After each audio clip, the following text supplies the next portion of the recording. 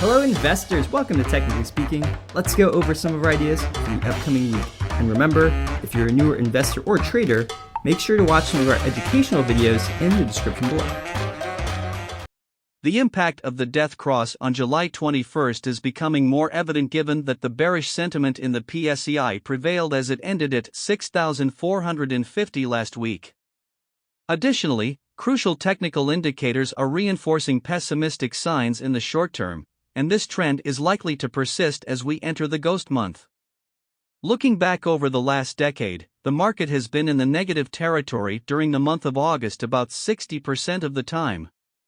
With last Friday's closing, it seems that we are headed to the 6,330 area where the PSEI's medium-term support is. And for as long as this range is maintained, there seems to be limited potential for the market to surge ahead in the near future. For this week's trade ideas, we're featuring Alliance Global Group Incorporated.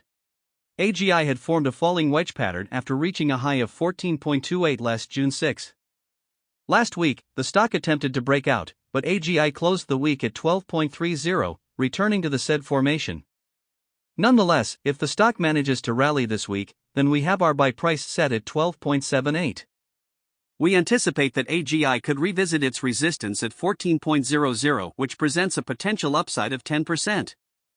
To manage risks, place your stop level at 12.42. For more information on our trade ideas, please make sure to check our Technically Speaking commentaries through email or our research board. So that's all we have for this week's Technically Speaking. Please tune in next week for future market updates. Thanks everyone so much for watching. Hit that like button, subscribe to see future content like this, and good luck trading this week.